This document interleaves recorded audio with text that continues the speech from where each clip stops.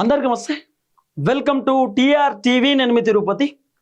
తెలంగాణ రాష్ట్ర ముఖ్యమంత్రి రేవంత్ రెడ్డి గారికి 26 మంది కాంగ్రెస్ పార్టీ ఎమ్మెల్యేలు జలకిస్తున్నారు. రేవంత్ రెడ్డి ఏమో 99 డేస్ యాక్షన్ ప్లాన్ అని పెట్టిండు. 99 రోజులలో తెలంగాణ ప్రజల సమస్యలు తెలుసుకుంటాం, ఆ సమస్యలకు పరిష్కారం తీసుకొస్తామని చెప్పి రేవంత్ రెడ్డి యాక్షన్ ప్లాన్ పెట్టిండు. ఇప్పుడు కొంతమంది మంత్రులకు సంబంధించినటువంటి వీడియోలు, ఎమ్మెల్యేలకు సంబంధించిన వీడియోలు సోషల్ మీడియాలో విపరీతంగా ప్రచారం అవుతున్నాయి. పొంగులేటి సీనన్నకు సంబంధించిన వీడియోలు కొన్ని సోషల్ మీడియాలో వైరల్ అవుతున్నాయి. చూసిరా? పొంగులేటి సీనన్న ఒక మీటింగ్ పెడతాడు, ఆ మీటింగ్లో కూర్చుంటాడు, జనాలు లైన్లో వచ్చి వాళ్ళ సమస్యలన్నీ దరఖాస్తు పేపర్లో రాసి ఇస్తారు. సీనన్న వాళ్ళ సమస్యలు తెలుసుకొని దరఖాస్తు పేపర్ తీసుకొని మీకు పెన్షన్ కావాలన్నా చేపిస్తా, ఏది మీ ఇంటికాడ నల్లలు వస్తలేవా చేపిస్తా, ఏది మీకు ఇల్లు కావాలన్నా చేపిస్తా, ఏది మీకు రైతు బంధు వల్లేదా పడుతుంది, ఏది మీకు రుణాలు మాఫీ కాలేదా నేను చేపిస్తా, ఏది మీకు ఇంకేమైనా కావాలన్నా రోడ్డా నేను చేపిస్తా, సీసీ రోడ్డా నేను చేపిస్తా, మీ ఊళ్ళో స్కూల్ లేదా నేను చేపిస్తా, మీ ఊళ్ళో ఏం లేదు నేను చేపిస్తా. ఇవన్నీ కూడా మంత్రులు, ఎమ్మెల్యేలు ఇక జనాలకు సంబంధించినటువంటి సమస్యలు పేపర్లు ఉంటాయి కదా, ఆ పత్రాలన్నీ కూడా జనాలు వాళ్ళ సమస్యలన్నీ కూడా లిఖితపూర్వకంగా రాసిస్తే మంత్రులు, ఎమ్మెల్యేలు తీసుకుంటున్నారు. తీసుకొని అన్ని సమస్యలు వింటుర్రు, నేను చేస్తా అని చెప్పి జనాలకు భరోసా ఇస్తున్నారు. భరోసా ఇస్తూనే సోషల్ మీడియాలో వీడియోలు వైరల్ చేసుకుంటారు. జనాల సమస్యలు ఎప్పుడుతోటే నేను చేస్తాను, నేనున్నదే అందుకు, నేను గెలిచిందే అందుకు, మీరు నన్ను గెలిపించిందే అందుకు, మీ సమస్యలకు అన్ని పరిష్కారం నేను పట్టుకొస్తా అని సోషల్ మీడియాలో పోజులు కొట్టుకుంటా వీడియోలు సోషల్ మీడియాలో వైరల్ చేస్తారు. సరే, సోషల్ మీడియాలో వీడియోల వరకు బాగానే ఉన్నది. కానీ కొంతమంది రైతులు కాంగ్రెస్ పార్టీ ఎమ్మెల్యేలకు చుక్కలు చూపిస్తారు. రైతులు మాత్రమే కాదు, మహిళలు కూడా ఎమ్మెల్యేలకు చుక్కలు కాదు, ఇక మామూలు కాదు. ఎమ్మెల్యేలు కొంతమంది అసలు ఏదైనా మీటింగ్లు పెట్టి ఆ మీటింగ్లలో కూర్చోవాలంటే భయం అవుతుంది, అంత ఘోరమైన పరిస్థితి ఉన్నది. కారణం ఏంది? రేవంత్ రెడ్డి పర్ఫార్మెన్స్ గట్లున్నది. రేవంత్ రెడ్డి అధికారంలోకి రావడానికి 100 మాయమాటలు చెప్పిండు, 1000 అబద్ధాలు చెప్పిండు. మామూలు అబద్ధాల మళ్ళా అసలు నమ్మించిండు. మామూలు నమ్మించడు, కళ్ళ ముందు తిరిగేటట్టు నమ్మించిండు. ఎట్లా? రైతు భరోసా 15,000 రూపాయలు మీ అకౌంట్లో వేస్తామన్నతోటే మా రైతన్నలు చాలా మంది నమ్మిర్రు. 15,000 రూపాయలు అట కేసీఆర్ 10,000 ఇచ్చారు ఎకరానికి, సంవత్సరానికి రేవంత్ రెడ్డి 15,000 అంటుండు. అంటే 2,500 రూపాయలు, 2,500 రూపాయలు అదనంగా ఇస్తుండు, ఎక్కువ ఇస్తుండు. కాబట్టి రేవంత్ రెడ్డికే ఓటేద్దామన్న ఆలోచనతోటి చాలామంది రైతులు రైతు భరోసా 15,000 రూపాయలనే ఉద్దేశంతో రేవంత్ రెడ్డికి రైతు భరోసా కోసం కూడా ఓట్లు వేసారు. ఆ తర్వాత రేవంత్ రెడ్డి ఇంకోటే నమ్మించిండు, 500 రూపాయల పంట బోనస్ అని చెప్పిండు. చాలామంది రైతులు నమ్మి పంట బోనస్ 500 రూపాయలట వడ్డు పండిస్తే ఇక వేసేద్దాం ఓటు అని చెప్పి రైతులు ఓట్లు వేసారు. తర్వాత 2 లక్షల రుణమాఫీ కూడా చేస్తామని రేవంత్ రెడ్డి చెప్పిండు. రైతన్నలు చాలా మంది రుణాలు తీసుకున్నారు, బ్యాంకుల మాఫీ అయితలేవని చెప్పి బాధపడుతున్నారు. ఇక రేవంత్ రెడ్డి రుణమాఫీ కూడా చేస్తా అంటుండు కాబట్టి రుణమాఫీ కోసం కూడా రేవంత్ రెడ్డి కోట్లేసారు. ఆ తర్వాత రేవంత్ రెడ్డి ఏమన్నాడు, కౌలు రైతులకు 12,000 రూపాయల చొప్పున పైసలు, రైతు కూలీలకు పైసలు అన్నాడు. పాపం రైతు కూలీలు, కౌలు రైతులు నమ్మి ఎట్లనో అట్లాగే రేవంత్ రెడ్డి కోట్లేసారు. మొత్తానికి రైతులను రేవంత్ రెడ్డి మభ్యపెట్టిండు, రైతులకు నమ్మించి మోసం చేసిండు. ఇప్పుడు కాంగ్రెస్ అధికారంలోకి వచ్చిన తర్వాత రైతు బంధు వచ్చిందా? రుణమాఫీ అయిందా? లేకపోతే రైతులకు యూరో బత్తాలు టైంకి వచ్చినాయా? రైతుల రుణమాఫీ మొత్తం అయిపోయిందా? లేదా రైతులకు పెన్షన్ వస్తుందా? రైతులకు ఏమైందని చెప్పి ఏం జరగలేదు. చక్కగా రైతులకు అర్థమైపోయింది రేవంత్ రెడ్డి పర్ఫార్మెన్స్, రేవంత్ రెడ్డి కథ అంతా రైతులకు అర్థమైపోయి ఎమ్మెల్యేలు నియోజకవర్గాలలో పోయి కూర్చునుడితోటే, ఎమ్మెల్యేలు కూడా మామూలు పోజులు కాదు, ఇక మొత్తం సోషల్ మీడియాలో అయితే మొత్తం పబ్లిక్ సమస్యలన్నీ పరిష్కారం చేసినట్టే ఇట్లా పోతురు, ఇట్లా నడుచుకుంటూ పోతురు. పోయి ఏమైందమ్మా ఆయన మోరంత బాగాలేదు, అంత ఆగమాగున్నది, అది మరో గారు చూడాలండి, ఎంపీడీఓ గారు చూడండి, ఇదంతా చూడండి, నేను కలెక్టర్ గారు కూడా చెప్తా, ఇక్కడ మీకు ఖచ్చితంగా ఒక మంచిగా ఒకటి ఏమైనా వేపిస్తా, ఇక్కడ మోరే అవి ఇవన్నీ పట్టుకొస్తారు, రోడ్డు కూడా వేస్తారు, నేను అంతా చేపిస్తా, మీకు ఇక్కడ స్కూల్ కూడా కడతారు, మీకు అవసరం అనుకుంటే నా మంచిగా మీకు నల్లలు గిల్లలు కూడా అన్ని ఏర్పాటు చేస్తాను. ఎమ్మెల్యేల పోజులు సోషల్ మీడియా మందమే. మళ్ళీ వీడియో బంద్ అవుతోటే ఇవన్నీ నాకు చెప్తురేని సార్, ఆ ఊరి మాకు రేవంత్ రెడ్డి ఏం పైసలు ఇస్తలేడు. మళ్ళీ ఈ డైలాగులు సోషల్ మీడియాలో మామూలుగా కాదు, రీల్స్ కోసం మామూలుగా అంటే మామూలు యాక్టింగ్ చేస్తారు. సినిమా యాక్టర్లు కూడా అట్లా యాక్టింగ్ చేయరు, గంత మంచిగా యాక్టింగ్ చేస్తారు ఎమ్మెల్యేలు అయితే నియోజకవర్గంలో. ఇక జనాలు యాక్టింగ్ చేసేటోళ్ళకి ఎట్లా పర్ఫార్మెన్స్ చేయాలో జనాలకు తెలియదా? జనాలు ఎమ్మెల్యేలను దంచుకొడుతురు అంటే ఏంది? ప్రశ్నల వర్షం కురిపిస్తురు. మామూలు ప్రశ్నల వర్షం కాదు, ఎమ్మెల్యేలు సమాధానం చెప్పలేక పారిపోవాల్సినటువంటి పరిస్థితి వస్తున్నది. రైతులు మాకు రైతు బంధు ఎందుకు ఇస్తలేరని అడుగుతారు ఎమ్మెల్యేలను, ఎమ్మెల్యేల దగ్గర సమాధానం లేదు. కొంతమంది చదువుకున్నటువంటి వాళ్ళు ఉంటారు కదా, వాళ్ళు ఎమ్మెల్యేలను, మంత్రులను నిలదీస్తారు. ఏమని తెలుసా? ప్రజావాణి అని పెట్టిర్రు హైదరాబాద్లో. మా సమస్యలు అన్నీ కూడా మేము పేపర్లో రాసి ప్రజావాణిలో ఇచ్చినాం. ప్రజావాణిలో ఇస్తే ఇప్పటిదాకా మా ఫోను రాలేదు, మా సమస్యకు పరిష్కారం రాలేదు. మేము సెక్రటేరియట్ దగ్గరకు వచ్చి మా సమస్యలు చెప్పుకునే పరిష్కారం లేదు. ప్రజావాణి అని చెప్పి ప్రగతి భవన్లో, అప్పట్లో కేసీఆర్ ఉంటుండే ప్రగతి భవన్ బేగంపేట దగ్గర, అక్కడికి పోయి మా సమస్యలను చెప్పుకుంటే అసలు మా పేపర్ ఎటు పోయిందో, మా దరఖాస్తు ఎటు పోయిందో ఏమో.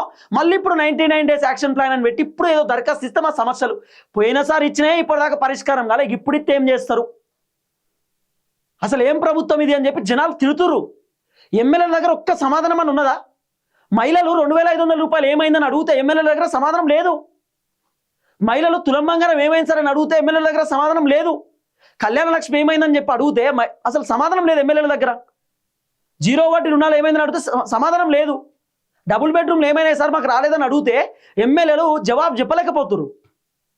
మా ఊళ్ళో సీసీ రోడ్ లేదు, మా ఊళ్ళో మోరీలు లేవు, మా ఊళ్ళో మొత్తం గట్టిగా వర్షం పడితే రోడ్డు మీదకి వెళ్ళి మొత్తం వరద పోయి వర్షాకాలంలో మాకు ఇబ్బంది అవుతుంది, మా వాహనాలు పోయే పరిస్థితిలో ఒక బ్రిడ్జ్ కట్టురు అంటే ఎమ్మెల్యేల దగ్గర సమాధానం లేదు. అరే వడ్లు కొంటలేరు అంటే ఎమ్మెల్యేల దగ్గర సమాధానం లేదు. ఎమ్మెల్యేలను జనాలు అడిగే ప్రశ్నలకు ఎమ్మెల్యేలు సమాధానం చెప్పలేక పారిపోతురు. మామూలు పారిపోవడం కాదు, నెత్తి పట్టుకుంటారు ఎమ్మెల్యేలు. కొంతమంది మంత్రులు అయితే డైలాగులు కొడుతున్నారు మంచిగానే, సోషల్ మీడియా కోసం మేము అది చేస్తాం ఇది చేస్తామని చెప్తున్నారు తప్ప రియాలిటీ ఏం లేదు. 26 మంది ఎమ్మెల్యేలు మంత్రులకు ఫిర్యాదు అయ్యారట. మంత్రులకు చెప్పుకున్నారట వాళ్ళ బాధ. మా నియోజకవర్గంలో జనాలు తిడుతున్నారు, ఊళ్ళో తిరగాలంటే భయం అవుతుంది, పెండ్లీలకు పేరెంటాలకు పోవాలంటే మేము కార్ డోర్ తీసుడుతోటే ఆ పెండ్లి పోయి బుక్కెడు తిని ఒక ఫోటో దిగుదామంటే దిగుడుతోటే వృద్ధులు వచ్చి 4000 రూపాయలు పెన్షన్ ఏమైంది సార్ అని అడుగుతురట. అవసరం అంటే కార్కి ఇట్లా కట్టె పట్టుకొని డోర్ ఇట్లా కొడుతురట. ఆయన గ్లాస్ తీసినాక 4000 పెన్షన్ అని చెప్పారు కదా సార్ అని అంటుర్రట వృద్ధులు. ఎమ్మెల్యే దగ్గర సమాధానం ఎక్కడిది? 2 లక్షల ఉద్యోగాలు ఇస్తా అని చెప్పారు కదా నిరుద్యోగులకు, ఏమైనా నిరుద్యోగులు అడిగితే ఎమ్మెల్యే దగ్గర సమాధానం లేదు. మా ఊళ్ళో ఇజ్జెత్త అన్నారు కదా సార్ ఎలక్షన్ టైంలో, మరి ఏం చేశారంటే ఎమ్మెల్యే దగ్గర సమాధానం లేదు. ఎమ్మెల్యేల దగ్గర సమాధానం లేకపోవడం గల రీజన్ ఏంది? ఇప్పుడు పెన్షన్ అయినా, లేకపోతే రైతు బంధు అయినా, రుణమాఫీ అయినా, లేకపోతే మహిళలకు 2500 అయినా, బతుకమ్మ చీరలు అయినా, ఇవన్నీ ఎమ్మెల్యేలు ఇవ్వాల్సినవి కావు, ప్రభుత్వం ఇవ్వాలి. ప్రభుత్వం అంటే రేవంత్ రెడ్డి ఇవ్వాలి, మంత్రులు చేయాలి, ఇదంతా ప్రభుత్వం నుండి రావాలి. ఎమ్మెల్యేలు నియోజకవర్గానికి బాసు, కానీ ఎమ్మెల్యేలకే బాసు ముఖ్యమంత్రి కదా. ముఖ్యమంత్రి ఏమో ఎమ్మెల్యేలకి అట్లీస్ట్ ఊళ్ళో పని చేసుకోవడానికి ₹1 ఇస్తలేడు. ఇప్పుడు జనాలు ఎమ్మెల్యేలను ప్రశ్నించొద్దంటే, జనాలు ఎమ్మెల్యేలను ఇబ్బంది పెట్టొద్దంటే రేవంత్ రెడ్డి ఏం చేయాలి? ఎమ్మెల్యేలకు నియోజకవర్గానికి 50 కోట్లు 100 కోట్ల రూపాయలు శాంక్షన్ చేస్తే ఎమ్మెల్యేలు అన్ని ఊళ్ళలో చిన్న చిన్న పనులు చేస్తారు, బుడ్డ పనులు. ఓ బోర్ వేపిస్తారు నల్లాల కోసం, లేకపోతే ఒక చిన్నపాటి సీసీ రోడ్ వేపిస్తారు, లేకపోతే వాళ్ళు ఊళ్ళే ఓ రోడ్ వేపిస్తారు చిన్నగా, ఒక సింగిల్ రోడ్డు. లేకపోతే కరెంటు కష్టాలుంటో 4-5 పోలు వేపించి వేరే కాడికి వెళ్ళి గుంజిపిస్తారు కరెంటు, లేకపోతే పోలు బుగ్గలేస్తారు. ఊళ్ళో ఏదో ఒక చిన్న పనులు, కెనాల్ కాలువలు చేపిస్తారు, ఒక చిన్నపాటి మోరి కడతారు, ఏదన్నా ఒకటి ఎమ్మెల్యే చేస్తారు. ఎమ్మెల్యే సొంత పైసలకైతే షేర్ కదా. ఎమ్మెల్యేలకు ఏమైనా పని చేసుకోవాలని నియోజకవర్గంలో అంటే ఖచ్చితంగా ప్రభుత్వం ఎంతో కొంత పైసలు ఇవ్వాలి. కానీ ఎమ్మెల్యేలకు ఇప్పటిదాకా ప్రభుత్వం ₹1 ఇచ్చినటువంటి దాఖలాలు లేవు. అప్పుడు ఎమ్మెల్యేలు ఏం చేస్తారు? అందుకే ఎమ్మెల్యేలు మంత్రులకు ఫిర్యాదు అవుతురట. సార్ ఈ ప్రజావాణి కార్యక్రమంలో మేము పోలే, మీకు దండం పెడతాం, మేము పాల్గొనలే, మాతో కాదు, మేము పోతే భయం అవుతుంది, జనాలు మమ్మల్ని తిడుతుర్రు. కొంతమంది జనాలు అయితే తరిమి కొడుతురు ఊళ్ళోకెళ్ళి, ఊళ్ళో పొలిమేర దాటనిత్తలేరు ఎమ్మెల్యేలను, వద్దు రాకుర్రు అంటురు. అవసరం లేదు, మీరు వచ్చి దండగా, మీరు అసలు గెలిచి దండగా, మిమ్మల్ని గెలిపించి దండగా, మాకు ఇన్ని సమస్యలున్నా ఒక్కసారి రాలే, ఇప్పుడు ఎందుకు వస్తురు? ఎమ్మెల్యేల పైన జనాలు మామూలు కోపం మీద లేరు. మీరు రాసి పెట్టుకోరు, ఇప్పటికిప్పుడు తెలంగాణలో ఎన్నికలు వస్తే 28 సీట్ల కంటే ఎక్కువ సీట్లు కాంగ్రెస్కి రాదు. 28 కంటే ఒక్కటి కూడా ఎక్కువ రాదు. బీఆర్ఎస్ 70-75 సీట్ల కంటే ఎక్కువ వచ్చి బీఆర్ఎస్ గెలిచే అవకాశం ఉందండి ఇప్పటికిప్పుడు ఎలక్షన్స్ వస్తే. ఎమ్మెల్యేలకు సినిమా మొత్తం అర్థమైపోయింది, ఇక మేము గెలవం, మా దుకాణం బంద్ అయిపోయింది, మా చాప్టర్ క్లోజ్ అయిపోయింది. ఎమ్మెల్యేలు కూడా పాపం మంత్రులకు చెప్పుకుంటారు, సార్ మా పరిస్థితి ఘోరంగా ఉన్నది, ఊళ్ళో పోతే భయం అవుతుంది, జనాలు 6 గ్యారెంటీలు ఏమైనా అని అడుగుతురు, 420 ఏమైనా హామీలు ఏమైనా అని అడుగుతురు, వడ్లు కొంటలేరు, వడ్లు ఎందుకు కొంటలేరు కాళ్ళ మీద పడుతురు, మమ్మల్ని అడుగుతురు సార్, రైతులు రైతు బంధు కోసం మమ్మల్ని ప్రశ్నిస్తురు, సార్ ప్లీజ్ ఏదో ఒకటి చేయరు అని చెప్పి ఎమ్మెల్యేల మంత్రులకు చెప్తే, మంత్రుల బాధ ఎవరికి చెప్పుకోవాలి? మరి ఎమ్మెల్యేల బాధ మంత్రుల బాధ ఎవరికి చెప్పాలి? మంత్రుల నియోజకవర్గంలో గదే పరిస్థితి. మీకు బాగా అర్థమయ్యేటట్టు చెప్తా. అయ్యో ఉదయం నేనున్నాం, మేము ఇద్దరం కొట్టుకున్నాం అనుకో, తనుకున్నాం అనుకో, మేము కొట్టుకున్నాయో తనుకున్నాయో తిట్టుకున్నాయో వీడియోలు బయటికి రావు. నేను ఇద్దరం భుజం మీద చేసుకొని అన్న అంటేనే ఆయనకి ఇట్లా పాటలు వస్తాయి కదా, గివ్ వస్తాయి బయటికి. ఇప్పుడు మంత్రుల పరిస్థితి కూడా ఇదే. మంత్రులను జనాలు పొల్లు తిడుతురు, తిట్టిన వీడియోలు బయటికి రావు. పొల్లు విమర్శించిన వీడియోలు బయటికి రావు. ఏదో మంత్రులు ఆ ప్రజలకు సంబంధించిన సమస్యల పేపర్లు ఇట్లా దరఖాస్తు పేపర్లు తీసుకున్నట్టు, నేనున్నా అమ్మ మీకు నేను చూసుకుంటా అని చెప్పినట్టు గివి బయటకు వస్తాయి. అసలు ఎమ్మెల్యేలు సినిమా యాక్టర్ల కంటే ఘోరంగా తయారయ్యారు తెలుసా. కారు దిగుతురు, ఇట్లా తిరుగుతురు, తిరిగి గ్రామ పంచాయతీ పెద్దదే, ఈ స్కూల్ లేదా వాడు కడదాం, కలెక్టర్కి చెప్తా, ఏమైనా మనకి పెన్షన్ వస్తలేదా, అరే గట్టెట్లుంటుంది మన విలేజ్ అధికారికి చెప్పండి అది పెన్షన్, ఎంఆర్ఓ గారు కొంచెం చూడండి, అట్లా కథం. ఎంపీడీఓ గారు చూడండి కొంచెం, కలెక్టర్ గారితో కూడా చెప్తా, రైతు బంధు వస్తలేదమ్మా మీకు, వస్తుంది.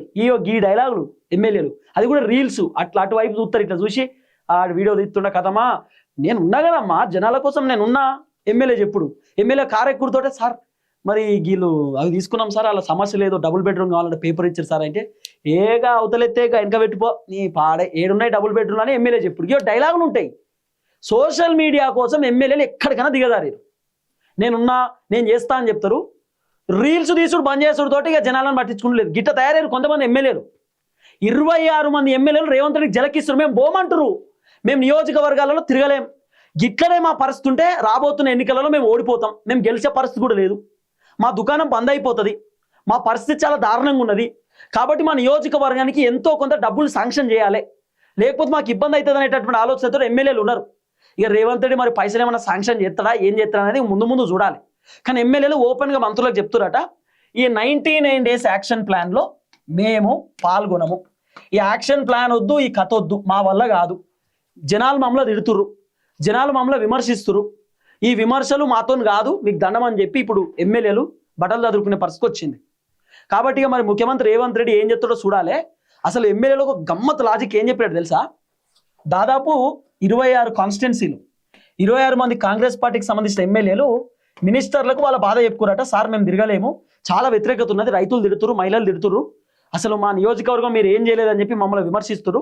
ఈ 26 నియోజకవర్గాల్లో తీవ్రమైనటువంటి వ్యతిరేకత వచ్చింది కాబట్టి రేవంత్ రెడ్డిని 26 నియోజకవర్గాలలో పర్యటన చేయమని చెప్పాలని అంటారట మంత్రులతోటి ఎమ్మెల్యేలు. రేవంత్ రెడ్డి 26 నియోజకవర్గాలలో పర్యటన చేయమని చెప్పండి. అప్పుడు మంత్రులు రేవంత్ రెడ్డి చెప్తున్నారు ఏమని, ఈ 26 కాన్స్టిట్యున్సీస్లలో బాగా వ్యతిరేకత ఉన్నది, ఇక్కడ భారీ బహిరంగ సభ పెట్టాలి, అంటే ముఖ్యమంత్రి రేవంత్ రెడ్డికి సంబంధించిన పబ్లిక్ మీటింగ్ పెట్టాలి. పబ్లిక్ మీటింగ్ పెడితే అప్పుడు రేవంత్ అని ఏదో ఒకటి చెప్తారు కదా. రేవంత్ రెడ్డి మేము 6 గ్యారెంటీలు అది ఇది అని చెప్పి లేని పని అన్నీ చెప్తాడు. అప్పుడు మళ్ళీ పాజిటివ్ వస్తుందనే ఆలోచనతో ఉన్నారు. రేవంత్ రెడ్డి మా కాన్స్టిట్యున్సీకి వచ్చేదాకా ఇక మేము మా నియోజకవర్గంలో తిరగం, రేవంత్ రెడ్డి వచ్చి ఒక సభ పెట్టి మీటింగ్ పెట్టి జనాలకు చెప్పమని చెప్పండి, మేమైతే చెప్పలేం, జనాలు మమ్మల్ని నమ్ముతలేరు, మేము చెప్పింది జనాలు వింటలేరు, కాబట్టి మా కాన్స్టిట్యున్సీలో ముఖ్యమంత్రిని పర్యటన చేయమని చెప్పాలని చెప్పి ఎమ్మెల్యేలు చెప్తున్నటువంటి మాట. మరి ముఖ్యమంత్రి రేవంత్ రెడ్డి వస్తాడా రాడా అనేది ఒక పెద్ద సెకండరీ. కానీ మంత్రులు మాత్రం ఎమ్మెల్యేలకు చెప్తున్నట, మేము ముఖ్యమంత్రితో మాట్లాడతాం, ఏదో ఒకటి చేద్దాం, మీరైతే కొంచెం ఈ 99 డేస్ యాక్షన్ ప్లాన్ చిన్నగా వర్కౌట్ చేయండి అని చెప్పి మంత్రులు కూడా ఎమ్మెల్యేతో చెప్పుకునేటటువంటి పరిస్థితి. కానీ ఎమ్మెల్యేలు మాత్రం మేము తిరగమంటారు, నియోజకవర్గంలో మేము తిరగలేం, జనాలు మమ్మల్ని తిడుతురు, 6 గ్యారెంటీలు 420 హామీలు ప్రభుత్వం ఏం చేస్తలేరు, జనాలేమో మమ్మల్ని విమర్శిస్తున్నారు, ఏదో ఒకటి చేయండి, ఈ వ్యతిరేకత గిట్లనే ఉంటే మేము ఓడిపోతాం అనేది ఎమ్మెల్యేల వర్షం. చూడాలి మరి ఏం జరగబోతుంది. మరి రేవంత్ రెడ్డికి ఎక్కడ దాకా వీళ్ళు షాక్ ఇస్తారు, ఏం జరుగుతుంది. మరి రేవంత్ రెడ్డి రంగంలోకి దిగి ఈ 26 నియోజకవర్గాలలో ఏమైనా భారీ బహిరంగ సభలు, మీటింగ్లు, లేకపోతే ఏమైనా పర్యటనలు చేస్తారా అనేది ముందు వేచి చూడాల్సినటువంటి అవసరం ఉంటుంది. చూద్దాం. అందరికీ నమస్తే, థ్యాంక్ యూ సో మచ్, జై తెలంగాణ.